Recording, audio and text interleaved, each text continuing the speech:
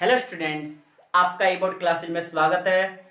आज हम अपने लेक्चर का जो अगला भाग शुरू करने जा रहे हैं, इसमें आपको बहुत मजा आने वाला है, क्योंकि आज से हम थोड़ा गैजेट का यूज करने जा रहे हैं, यानी कि मोबाइल का यूज करेंगे। उसके थ्रू जो भी ड्राइंग होगी, मुझे जो भी समझाना होगा, मैं जो आपको डायरेक्ट जो है एनालाइज करा दूंगा सामने। आपको उसका जो है पूरा का पूरा एनालाइज कराऊंगा, ताकि ये चैप्टर और भी ईजी हो जाए और आगे जो भी हम पढ़ने वाले हैं वो सभी की सभी चीजें ईजी हो जाए। और अगर आपको आज से ये तरीका पसंद आए तो कमेंट जरूर करें, ताकि मैं इसी तरीके से आगे चलता रहूं। जो आज का हमारा टॉपिक है, ठोसों में संवर्त या निविड़ संकुलन, इंग्लिश में बोलते हैं close packing in solids. Close packing in solids का मतलब क्या है? अगर हम नॉर्मली बात करें तो हम जानते हैं कि कोई भी अगर सॉलिड है, सपोज करो ये हमारा सॉलिड है, तो आपको पता है कि सॉलिड के अंदर अणु, परमाणु या आयन, अणु, परमाणु या आयन आपस में जो है बंधे होते हैं, आपस में बंधे होते हैं। और आपस में बंधे होने के कारण ये क्या होता है, अपने स्थान पर निश्चित होते हैं। इनका जो है आकार निश्चित होता है, इनका आयतन भी क्या होता है, निश्चित होता है। बट आपने कभी सोचा है कि ऐसा होता क्यों है?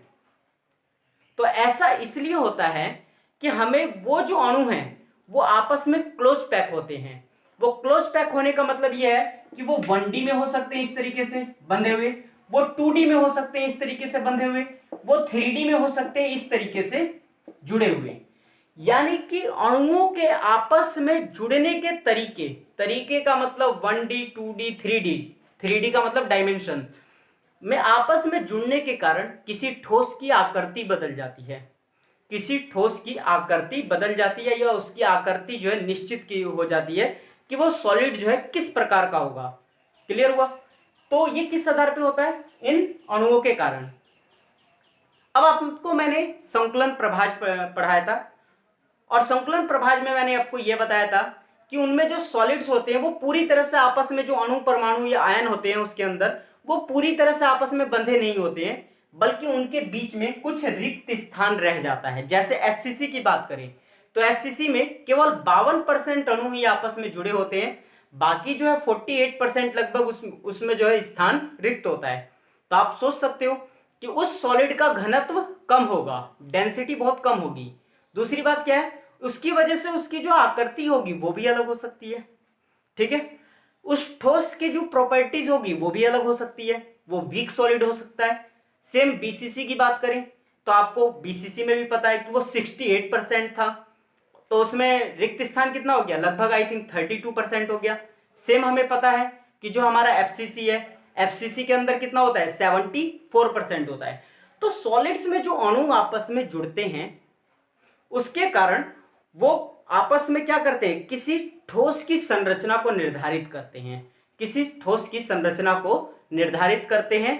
और जो उनके अंदर रिक्त स्थान है वो जो है उसके ये बताते हैं कि वो सॉलिड कितना, उस सॉलिड की स्ट्रेंथ कितनी होगी। क्लियर? तो स्टार्ट कर रहे हैं, फिर आपको और भी ज्यादा कॉन्सेप्ट क्लियर होगा। तो ठोसों में संवर्त संकुलन में आज का जो हमारा पहला टॉपिक होगा, एक विमा में निविड़ संकुलन। हेडिंग डाल लें, एक विमा में निविड़ या संवर्त संकुलन, इंग्लिश में बोलते हैं क्लोज पैकिंग इन 1D। मैं 1D लिख दे रहा हूं, 1 डायमेंशन हो गया 1D। मैं एक बार ड्राइंग बना दे रहा हूं, यही ड्राइंग बनानी है, आगे से मैं ड्राइंग कम कर दूंगा। तो आपको पता है कि एक विमा का मतलब क्या है, कि केवल हमें पता है एक्स एक्सिस होता है, वाई एक्सिस होता है, जेड एक्सिस होती है, 3 विमा होती है। हमें यहाँ पे क्या करनी है, हम एक विमा में रखना चाह रहे हैं, तो चाहे आप ऐसे रख लो सॉलिड्स को। जब सॉलिड्स क्या होता है, किसी एक रेखा में, चाहे वो ऐसे हो या ऐसे हो, आपस में जुड़े हुए होते हैं, तो उसे हम क्या कहते हैं, एक विमा में, यानी कि 1D में क्लोज पैकिंग कहते हैं। अब आप अपने सॉलिड्स को मोबाइल में उसमें एनालाइज कीजिए, मैं यहां से हेल्प लेता हूं। जैसा कि आप सभी देख पा रहे हैं कि जो आपका सॉलिड्स है इसमें क्या हो रहा है, ये पूरा का पूरा जो है 1D एक सीधी रेखा में है, और सीधी रेखा में होने के कारण क्या हो रहा है, ये जो है सॉलिड्स एक अक्षीय पे है। अब इसमें आप कोई भी एक अणु या परमाणु आयन को उठा लीजिए, जैसे मैं इस अणु परमाणु आयन को उठाऊं तो ये अगर हमारा एक अणु है, ये अपने चारों तरफ कितने अणुओं से घिरा हुआ है, ये जो अणु है अपने दोनों तरफ कितने अणुओं से घिरा हुआ है, तो आप लोग देख पा रहे हैं ये अपने दोनों तरफ 2 अणुओं से ही घिरा हुआ है। अब क्या ऊपर भी अणु है, तो ऊपर नहीं है, अगर ऊपर जाएंगे तो वो वाई एक्सिस हो जाएगा, और अगर वो वाई एक्सिस हो गया तो हमें पता है वो 2D में हो जाएगा। हम किसकी बात कर रहे हैं, 1D की बात कर रहे हैं। सेम, क्या नीचे जा सकते हैं, नीचे भी नहीं जा सकते, लेकिन हाँ आप इस एक्सिस पे इधर तक कहीं भी जा सकते हो। इसका मतलब ये नहीं कि यहीं पर खत्म हो गया, आप इधर कितना भी जा सकते हो, आप इस तरफ कितना भी जा सकते हैं। तो अब हम बात करें कि एक विमा में किसी ठोस क्या होता है, तो एक विमा में 1D में कोई सॉलिड जो है क्या होता है, एक सीधी रेखा में होता है, तथा उसमें एक अणु परमाणु या आयन अपने दोनों तरफ किन्हीं 2 अणुओं से जुड़ा होता है। इसलिए अगर आप काउंट करोगे तो इसकी जो कोऑर्डिनेशन संख्या होती है, कोऑर्डिनेशन संख्या कितनी होती है, समन्वय संख्या कितनी होती है, तो एक अणु 2 परमाणुओं से जुड़ा हुआ है, इसलिए इनकी कोऑर्डिनेशन संख्या 2 होती है। क्लियर हुआ, इनकी कोऑर्डिनेशन संख्या 2 होती है। तो जरा थ्योरी लिख लेते हैं, हम थ्योरी लिखेंगे तो ज्यादा क्लियर होगा। तो क्या है, मैं डायरेक्ट शॉर्ट में लिख रहा हूं, 1D में गोलों को एक दूसरे से स्पर्श करते हुए व्यवस्थित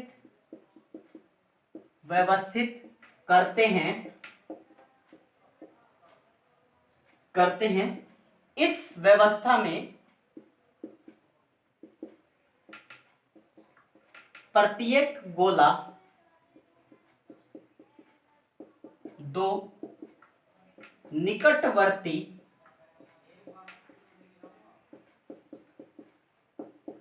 गोलों के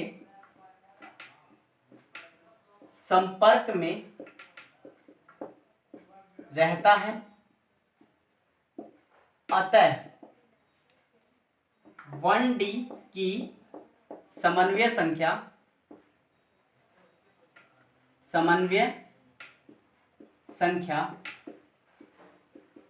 2 होती है, यानी कि 2 होती है। ये क्वेश्चन आपसे पूछा जा सकता है कि जो एक विमा में जो ठोस आपस में होते हैं जुड़े हुए, उनकी समन्वय संख्या कितनी होती है, तो समन्वय संख्या 2 होती है। क्यों, क्योंकि एक सॉलिड कहीं भी लोगे, एक अणु परमाणु आयन अपने आसपास किन्हीं 2 अणुओं के साथ जुड़ा हुआ होगा, इसलिए इनकी समन्वय संख्या कितनी होती है, 2 होती है। आई थिंक आपको ये कॉन्सेप्ट क्लियर हो गया होगा। अब हम चलते हैं 2D में। अगर हम 2D की बात करें तो 2D में क्या होता है, तो 2D में होता ये है,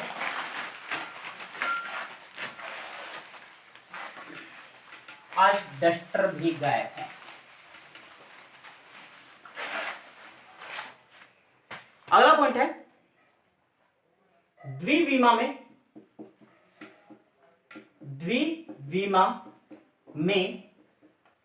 निविड़ संकुलन।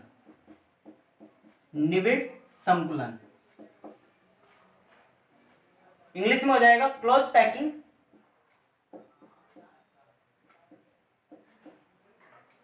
इन 2D। Close packing in 2D। तो इसमें होता क्या है, अब हम समझे। अब इसमें हम क्या बात कर रहे हैं, हम 2 एक्सिस की बात कर रहे हैं कि नहीं, और अगर हम 2 एक्सिस की बात कर रहे हैं तो हमें पता है हम ऐसे चल सकते हैं और ऐसे चल सकते हैं।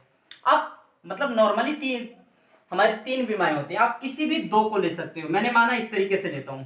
अब इस तरीके से लेने का मतलब मैंने क्या करा, एक गोला इस तरीके से रखा। अब हमें व्यवस्थित करना है, 2D में व्यवस्थित करना है। दूसरा क्या हो सकता है, ये तरीका हो सकता है। क्लियर हो रहा है, ऐसे तो जा ही रहा है, अब ऐसे भी जा रहा है।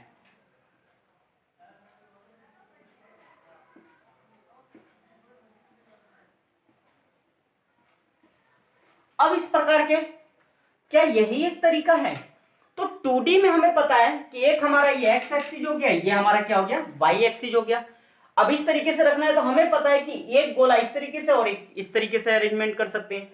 अब ये देखो कि कोई भी एक गोला, जैसे ये गोला है, अपने चारों तरफ कितने गोलों से घिरा हुआ है? तो हम बात करें तो 1 2 3 4, ये कितनों को टच कर रहा है? इसकी बॉर्डर को चेक करें तो ये 4 जनों को टच कर रहा है। क्लियर? लेकिन क्या यही एक तरीका है? तो नहीं, इसमें एक और तरीका हो सकता है। क्या वो तरीका हो सकता है? ये तरीका ये हो सकता है कि इस वाले में हमने क्या किया है, इस वालों में हमने एक गोले के ऊपर दूसरा गोला रखा है, इस गोले के ऊपर इस गोला, या इसके नीचे ये, इसके नीचे ये, इसके नीचे ये, जैसे भी लेकर चलना हो, नीचे से ऊपर चलो, यहां इसके ऊपर ये रखा है, इसके ऊपर ये रखा है, इसके ऊपर ये रखा है। दूसरा तरीका क्या हो सकता है?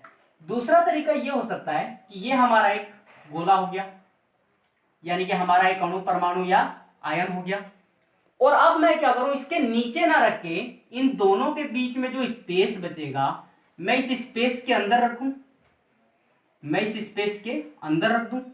तो इस स्पेस के अंदर रखूंगा तो मुझे एक अलग तरह की स्ट्रक्चर प्राप्त होनी शुरू हो जाएगी। जैसे ये हो गया, देख पा रहे हैं?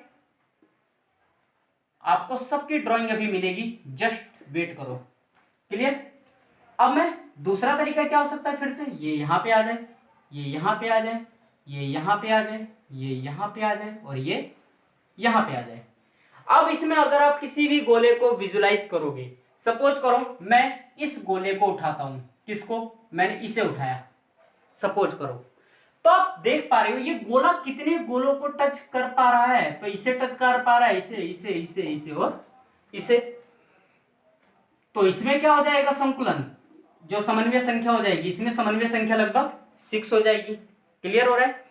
तो द्विविमा में जब 2D में हम क्लोज पैकिंग करते हैं, तो 2D में जो क्लोज पैकिंग होती है अणु, परमाणु या आयन की, वो दो तरीके से होती है। जब हम गोलों को एक दूसरे के ऊपर रखते हैं स्पर्श करते हुए, तो उस टाइम पे जो हमें आकृति प्राप्त होती है उसे हम बोलते हैं वर्ग संवरित। द्विविमा में वर्ग संवृत संकुलन। ठीक है, वर्ग, इसमें देखो आपको वर्ग प्राप्त हो रहा है। क्लियर?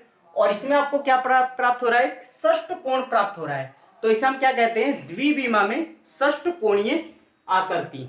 क्लियर? अब आप इस जरा ड्राइंग को विजुलाइज करेंगे जब मैं धीरे धीरे पढ़ाता चलूंगा। पहले थ्योरी लिखते हैं। तो थ्योरी में क्या क्या आएगा?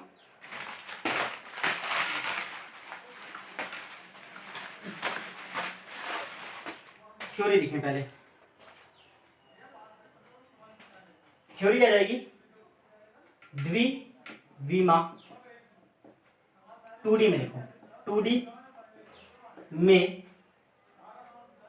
संवर्त संकुलन गोलों की पंक्तियों को एक दूसरे से स्पर्श करते हुए संरचना का निर्माण होता है, निर्माण होता है। इस प्रकार गोलों को दो भिन्न प्रकार से व्यवस्थित कर सकते हैं हम। और जब दो प्रकार से हम व्यवस्थित करेंगे तो जो हमारा पहला तरीका है उसे हम बोल रहे हैं द्विविमा में वर्ग को इंग्लिश में क्या बोलते हैं? स्क्वायर निविड़ संकुलन।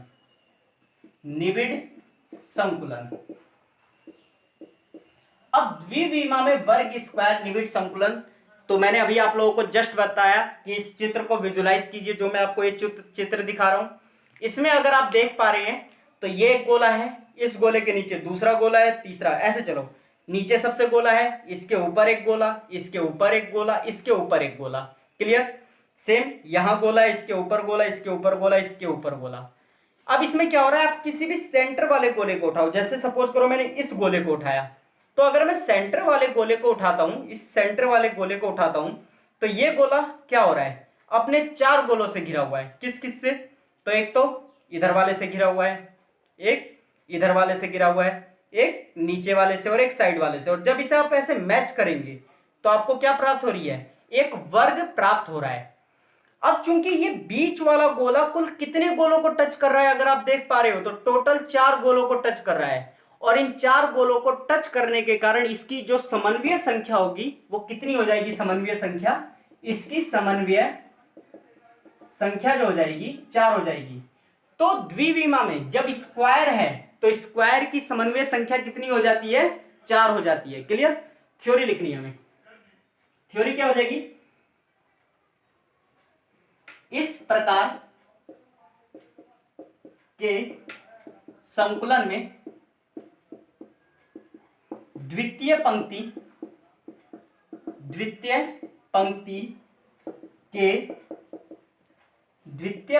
के गोले प्रथम पंक्ति के गोलों के ठीक ऊपर होते हैं। क्लियर? अभी आपको बताया मैंने कि प्रथम पंक्ति का नीचे जो ये गोला है, इस गोले के ऊपर क्या है? हमारा दूसरा गोला है। सेम इसके ऊपर गोला है, फिर इसके ऊपर गोला है। क्लियर?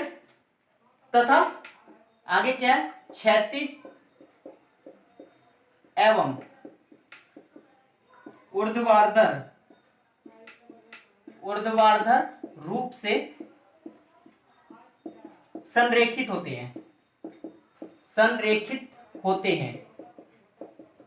होने का मतलब यह है, आप ऐसे भी लाइन खींच सकते हो, ऐसे भी सारे गोलों में इस तरीके से लाइन खींच सकते हो। एक क्षैतिज लाइन, एक ऊर्ध्वाधर लाइन, एक क्षैतिज लाइन, एक ऊर्ध्वाधर लाइन, कहीं से भी खींच सकते हैं। क्लियर? अब क्या है? यदि प्रथम पंक्ति के गोले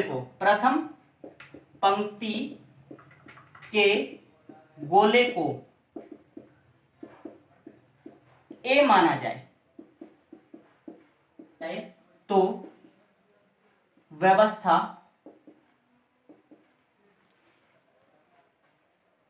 ए आप ऐसी रिपीट कर सकते हो आगे प्रकार की होती है। क्यों एक प्रकार की होती है? क्योंकि आप अंतर नहीं कर पा रहे हो। नीचे भी जस्ट उसके ऊपर गोला आ रहा है ए, इस नीचे वाली गोल पंक्ति के ऊपर दूसरा गोला, इसके ऊपर दूसरा गोला, इसके ऊपर अगला गोला। अब इसे ए मानोगे तो वो भी तो वैसा ही है ए, फिर ये भी ए और ये भी ए, इसलिए व्यवस्था कैसी आई? ए प्रकार की व्यवस्था हुई। इसमें प्रत्येक गोला 4 निकटवर्ती गोलों के संपर्क में रहता है। अतः उपसह संयोजन संख्या 4 होती है। क्लियर? आई थिंक आपको ये वाला कॉन्सेप्ट क्लियर हो गया होगा। हम अगले पे चलते हैं। अगला जो हमारा आएगा द्विविमा में षटकोणीय संकुलन। तो हम करते हैं अगला।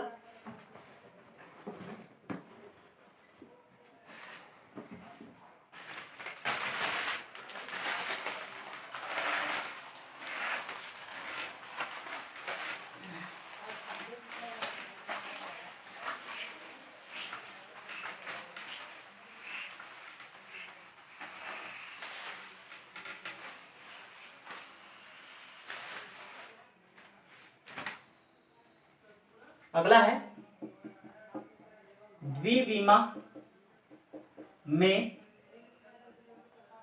षटकोणीय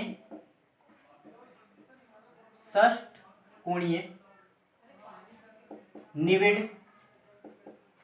संकुलन। अब आप इसे विजुलाइज करो, इसे इंग्लिश में लिख लेना हेक्सागोनल। अब अगर आप इसे देखोगे तो आप क्या देख रहे हो कि ये हमारा एक गोला हो गया पूरा, ये हमारी स्ट्रक्चर आ गई। अब इसमें आप क्या विजुलाइज कर रहे हो कि नीचे जो गोला है उस गोले के बीच में, एक बार मैं ड्राइंग देख लूं किस तरीके से है ताकि आप लोगों को क्लियर हो जाए।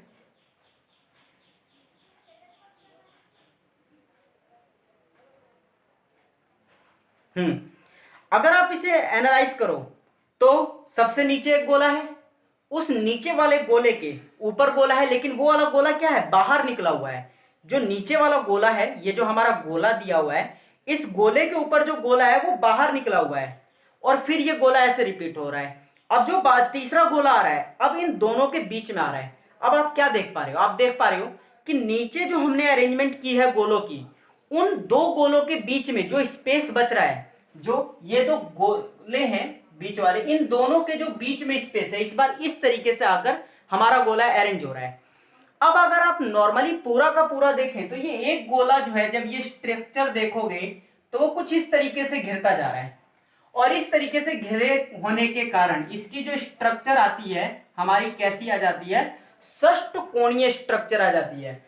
और इसकी समन्वय संख्या कितनी हो जाएगी, अगर आप समन्वय संख्या चेक करना चाहेंगे तो समन्वय संख्या टोटली कितनी आ जाएगी, 6 हो जाएगी।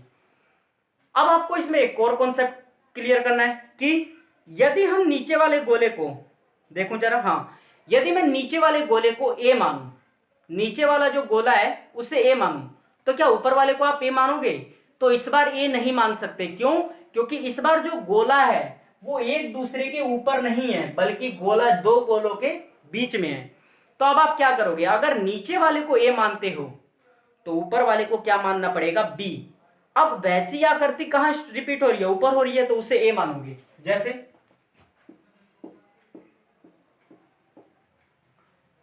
सपोज करो ये है,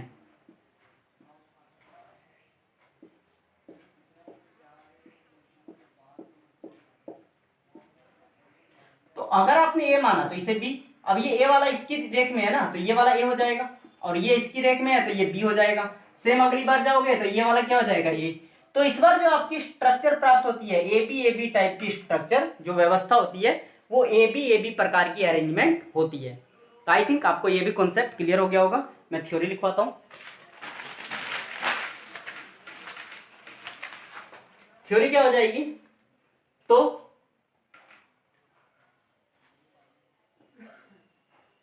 इस प्रकार के संकुलन में, इस प्रकार के संकुलन में द्वितीय पंक्ति के गोले को प्रथम पंक्ति के गोलों के ऊपर इस प्रकार से व्यवस्थित करते हैं कि वे एक दूसरे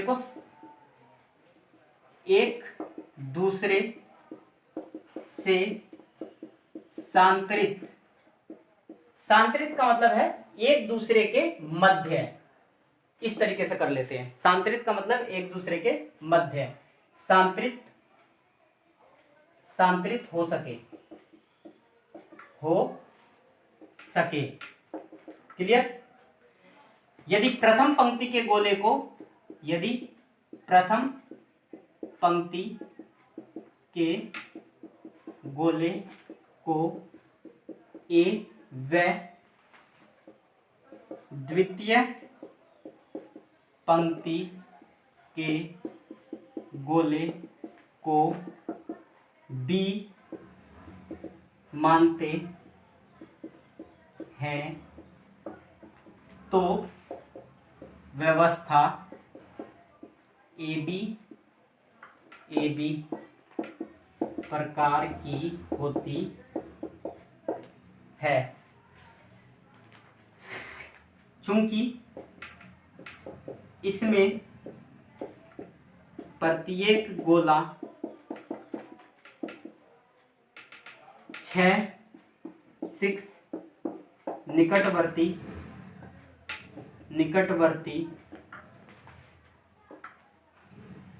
गोलों के संपर्क में रहता है, अतः इसकी समन्वय संख्या 6 होती है। क्लियर?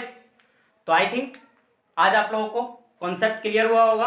अगर आपको ये वाला स्टाइल पसंद आया हो ड्राइंग वाला तो मुझे जरूर बताएं, क्योंकि अगले वाला इससे भी ज्यादा डिफिकल्ट आना है। तो अगर आपको पसंद आया होगा तो मैं उसके थ्रू ही समझाऊंगा। ठीक है? तो अगर आपको ये वीडियो पसंद आए तो लाइक, सब्सक्राइब एंड शेयर जरूर करें। धन्यवाद।